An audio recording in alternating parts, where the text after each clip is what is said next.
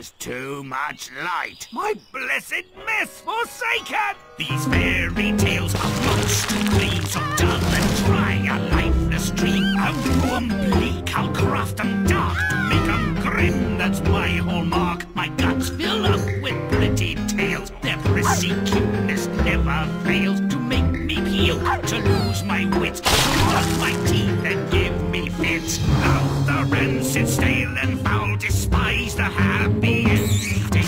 Gross and nasty make me howl, though they may be offending. I'm here to build true tales of light, of fear and woe, bring back the light. I ain't dumb luck, a door up tuck, my humble goal is to run the gun.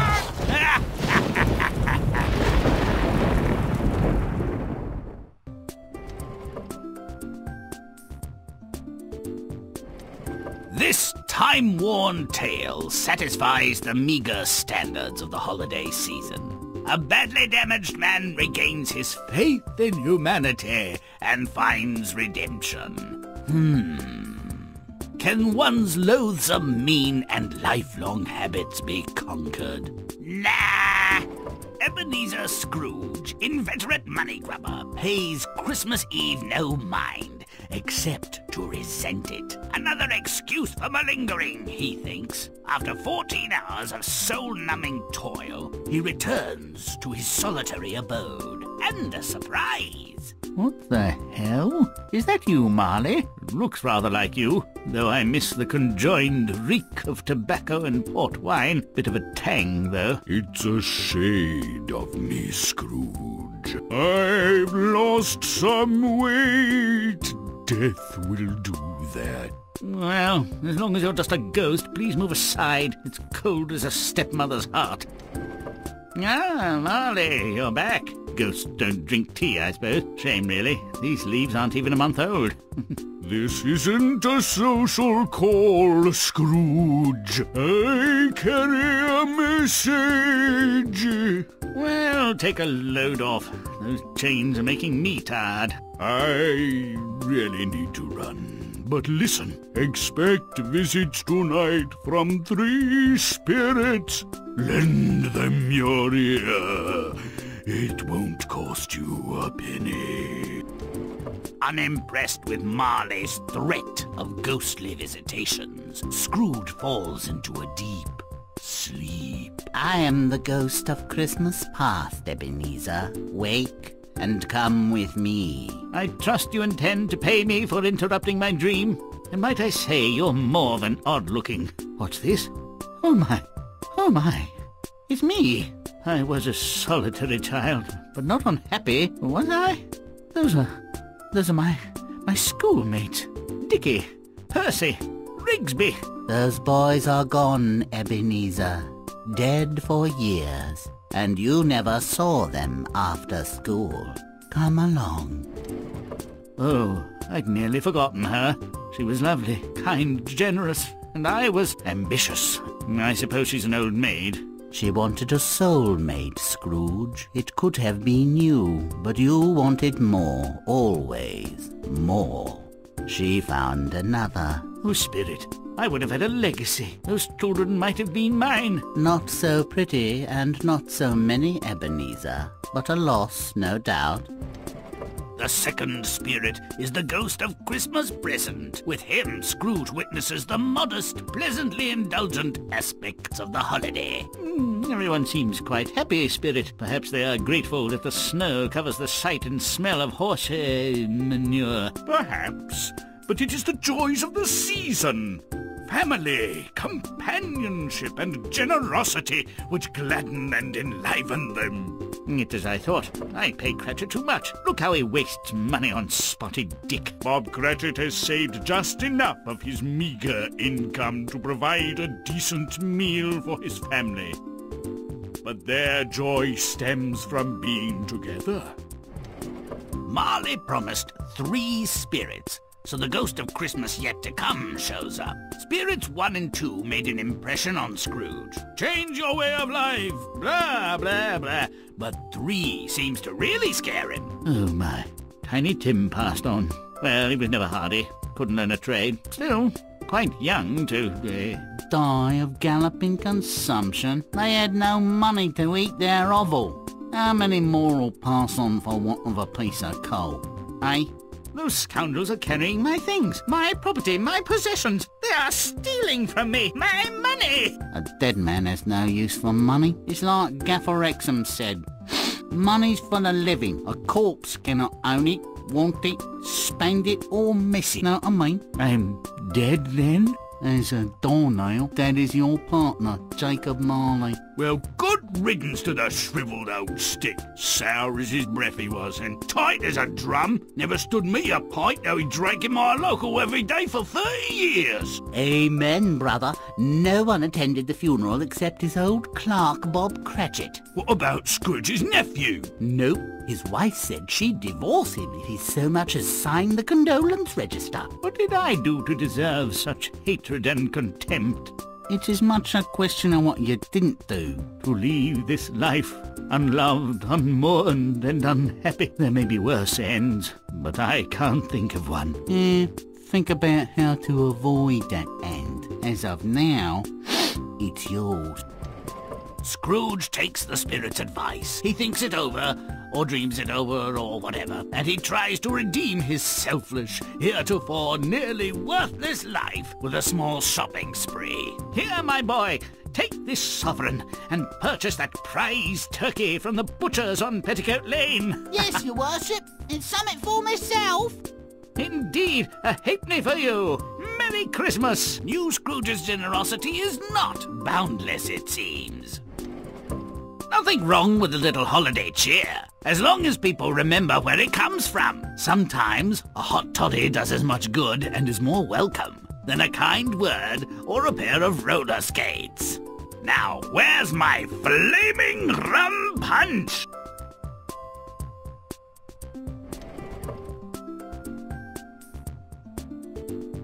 As the cacophony of competing holiday bells escapes into the foul-smelling, frigid air, Ebenezer anticipates a quiet evening of counting his coinage.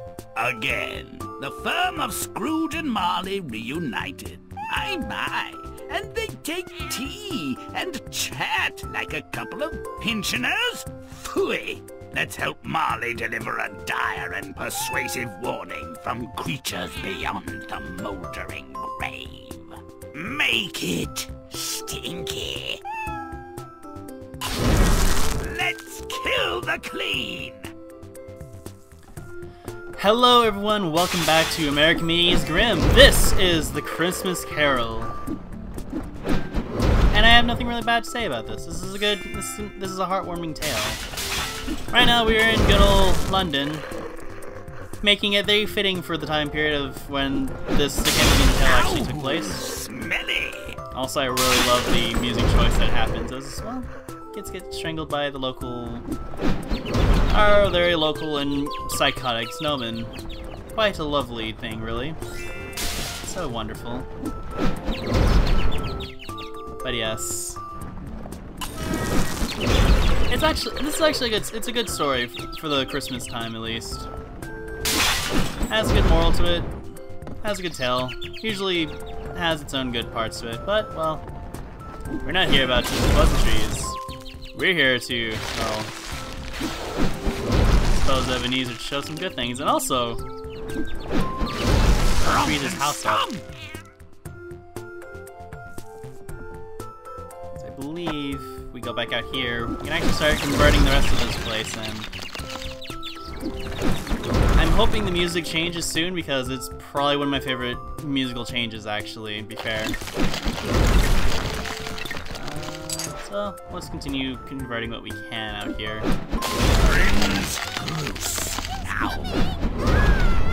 Here we are.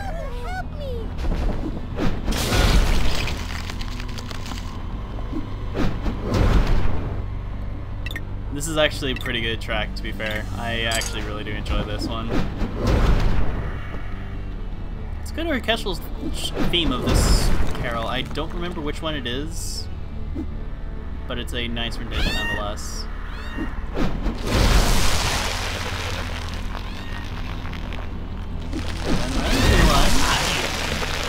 getting rather chilly out here. Can't really escape from what is needed in this cold, barren house of Ebenezer Scrooge.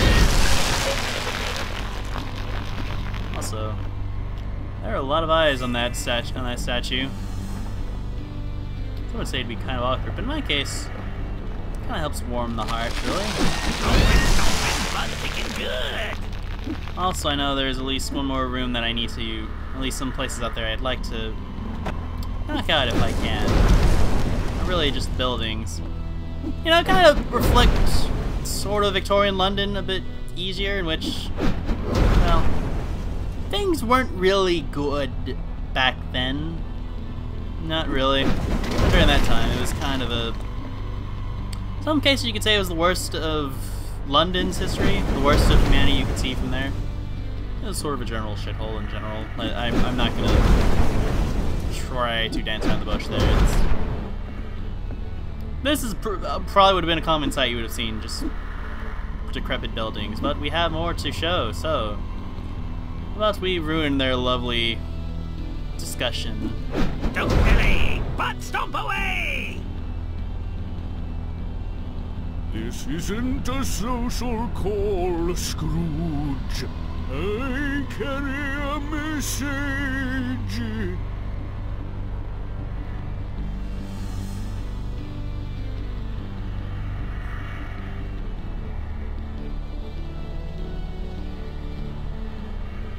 Let's get this over with. So yes, they kind of changed some things around where there's actually sort of... There is literal senses of a kind of cutscenes actually now. Also, what better way to make even more of a threatening image than to literally have ghosts flooding the entire house of... the entirety of Scrooge's house, of his domain. It's really pretty chilly. When you kill him to probably warm it up, but I guess for one such as he, this is a good way to save on some money, I suppose. You know, but I mean, he has plenty of time to, he has plenty of money to afford coal later. I mean, it's not like it'd kill him right away, but who needs that kind of stuff, eh? Also, going out here allows you to get the secret over here, but we still have more to show. Probably some of the more user platforming that I can actually handle. It's amazing, I know. Platforming that doesn't make me feel sad. Also, I love the sound effects that go on here.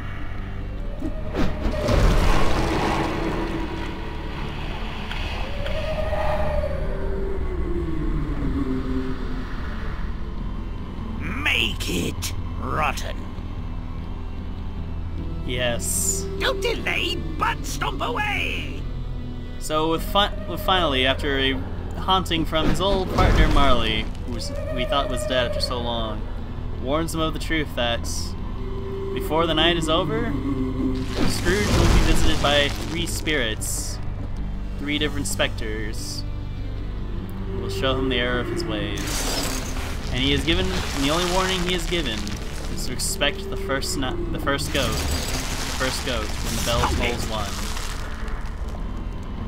And well, I give you our 3 specters of Christmas. Romp and stop. The old coot is in for a rough night of revelation. Let's enjoy the ride.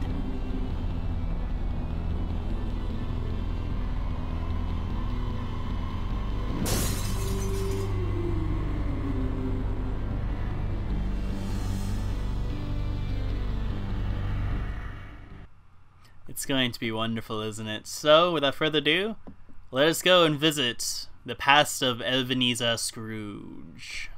Our Scroogey is an introverted, conceited little bookworm with no friends and an aversion to bathwater. Phew, explains a lot. He deserves to be alone. This place should be desolate. Make it gross. Muddy it up. So yes, now we enter Scrooge's childhood, in which, well, Scrooge was not the was sort of revealed to be kind of an introverted child, really. He didn't have much desires. Oh lord, I forgot this happens actually. This does actually happen. I forgot so much. You suck! I forgot that happened in that particular path. Also, as a fun little side to tale. Sorry, I am really being bad right now. A side detail, since this is a Christmas tale and a Christmas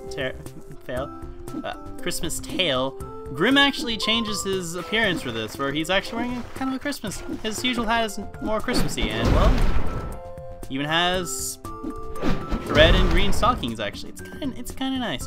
It's well, very well done, and I like it. It's a wonderful little touch that I can appreciate. Also, that poor child just committed suicide. No, not the evil book. I'm sorry, little child, but you had to die. Just the way things had to be. Stinky. Also, I love how the transition here kind of has a Silent Hill-esque feeling to it, at least to me personally. I appreciate it. Stop it! Also, poor Scrooge lost his teacher as well. Nothing more, but just, well, nothing. Also, look at poor Scrooge. He had a nice desk. He had a lot of things helping him out, but now he has kind of nothing really. Just all alone in a simple room, left with nothing. You incompetent! Yes, this is where our tale. This is the truth of our tale. Scrooge was a lone, introverted child, and well, he will soon get what he deserves, whether he wants to or not. It doesn't matter really. He's being told. He's being given a proper lesson. Change the error of his ways. But even so, there's still more of his past we must view.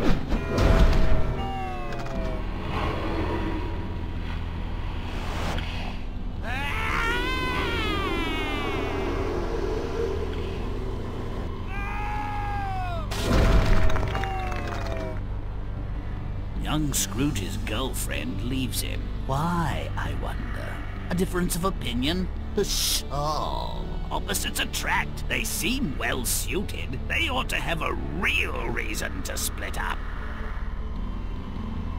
Make it foul. Rompin', stompin', butt-kicking good! Now here's where I will actually completely agree and concede to Grimm.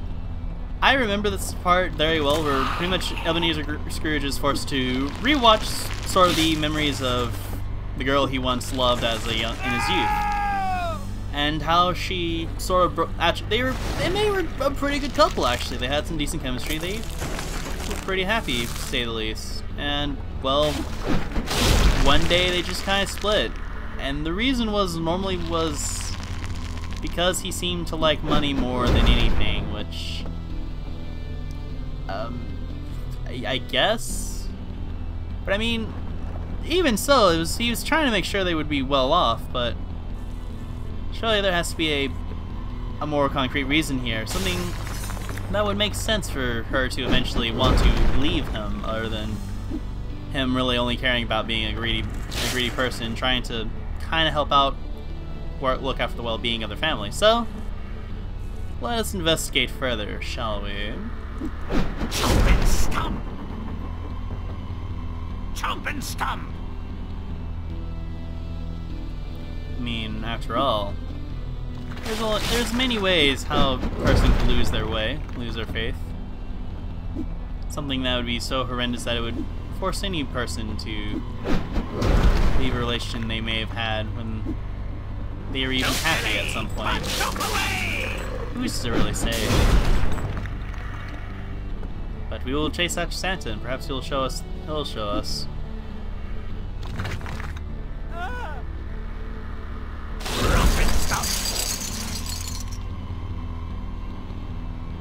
Butt stomp it! Also, I spied a secret up there. And I'd like to. It was up there in the chimney. Not sure how to get back up there, but I would have really liked to have gotten that. Oh well, you guys know it's there. It's a little harder to acquire, I guess. Also, I don't know why, but when it comes to like listening to the many ghosts, in terms of the few times they've been depicted in like media, why is the ghost of Christmas Past kind of comes off as a very condescending like prick in essence, or just this terrible person usually? I think the only time I've ever seen them like being somewhat decent and like not in Scrooge's face and rubbing in like painful scars was probably like the Muppets Christmas Carol maybe, but even then it was, well, not bad, but we see somewhat of a better reasoning. A child. Who's to say? But we'll soon find out. Stop it!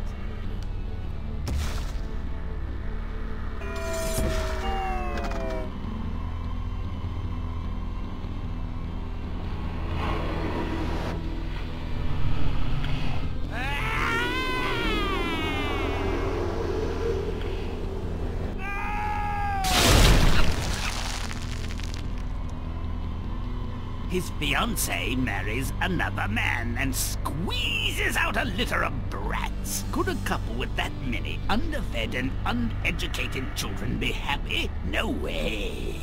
Let's make them accept their folly. Make it nasty. Do it now. Now we see a bigger picture now. The implication of the death of a child probably would have caused her to, well, leave him, thinking he was not the most suited of fathers, so she marries another person. And in the process, gives birth to a lot more children. 14 or so, to be precise or so. And claims to be much happier off without Scrooge. But really, when you think about it, is anyone really that happy with that little success?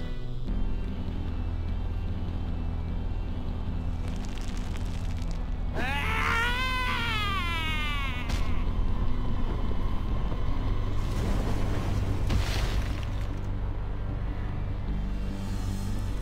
was trying to say before I was rudely interrupted by me unfortunately converting children. Can a person really claim to be happy in those circumstances when you have so many kids and you're having to worry about everything, such as being able to support them, trying to feed that many mouths, etc., etc.? I mean, not to sound heartless, but that honestly is a struggle. Like, that is a decent struggle. I mean, you may love your children to death. I am very much certain about that, but that would put a lot of strain on any family. No matter how much you love them, it's unlikely that ends. It's not gonna end well. That's what I'm trying to say is. So, yeah, let's see if we can twist this story a bit more to make her see just exactly. Make her kind of wish maybe she didn't make this decision. There could have been a million ways she could have handled that.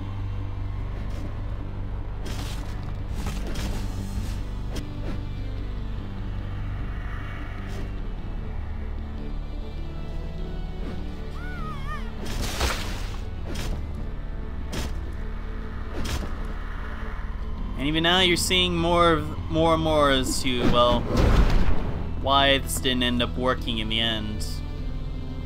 A bunch of children who know... Oh, I'm sorry. Did I get squashed there? Awkward. Either way, this is the problem when you have a bunch of children who can't tell right from wrong or don't even know better. Kind of just general chaos and mayhem. Being thrusted out of control. Don't really have any real means of supporting oneself. And yet, she had a possible decent future, and yet she threw it away because she thought of her former husband to be a bad father because of the loss of a single child. Well, I hope she is happy with her now broken lifestyle. Spending life with a bunch of children who know not of the world.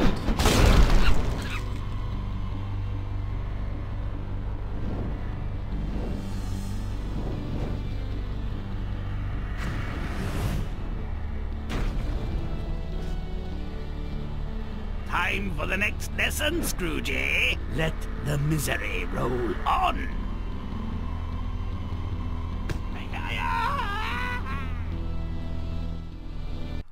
So yeah, basically, if there's anything to learn, is the Ghost of Christmas Past is kind of a goit. But even so, we now have a second spectre to visit. The Ghost of Christmas Present.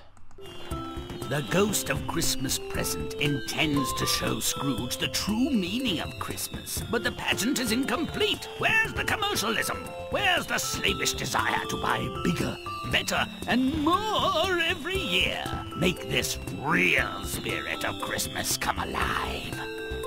Make it rotten. Get it on!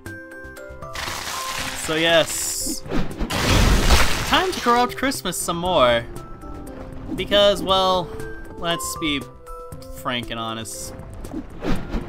Christmas is not exactly as it used to be. It has become a financial shell of its former self. It is overly consumerized nowadays, usually overpriced. It's just not the same traditional sense it was, where it was a time of celebration in a way. It was a way for it was another way for families to get close and to think of someone that wasn't you, basically. It was sort of one of those rare cases of you weren't the one that mattered. Instead, it was about someone else. It could have been someone else. But, well, if the Ghost of Christmas Present now wants to really show Scrooge the quote-unquote spirit, he's got to show him this what it's actually become. The mockery that Christmas has become. Indeed. Including Santa himself. Saint Nick. Ah, jolly old Saint Nick, the standard bearer of Christmas cheer and goodwill.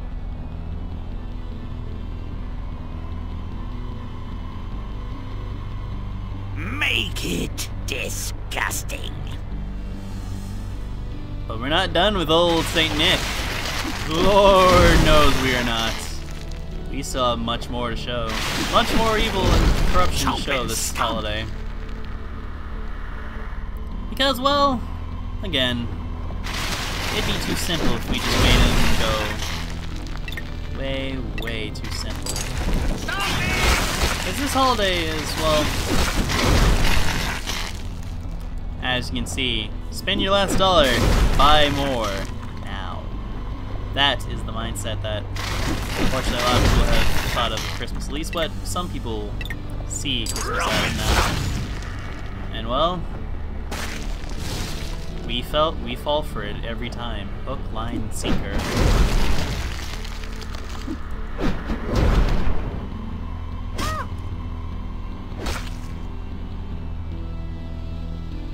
Blah! More like the personification of wretched excess and greed.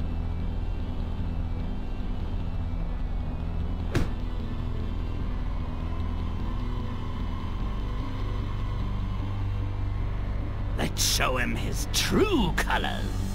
Make it repulsive. I think I have to agree with you, Grimm. As much as, well, I can appreciate Saint Nick as anyone else's. His original origins, sadly, he's become a corporate sort of a corporate shell-out. A shell of his former self, of what he used to stand for, you can say, of goodwill towards men. That sadly does not exist anymore. He's become more of just a corporate icon. A symbol of excess, a symbol of avarice. But above all, a symbol of mindless consumption. Tragic, really.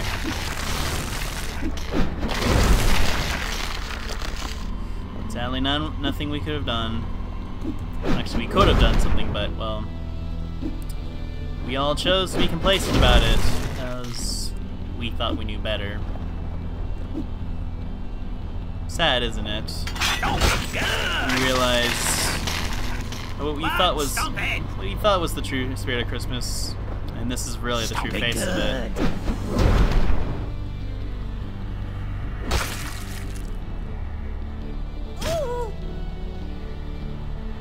Greed is, for lack of a better word, good, they say. Hey, Santa, let's split the loot! Whoa! Wait just a moment now!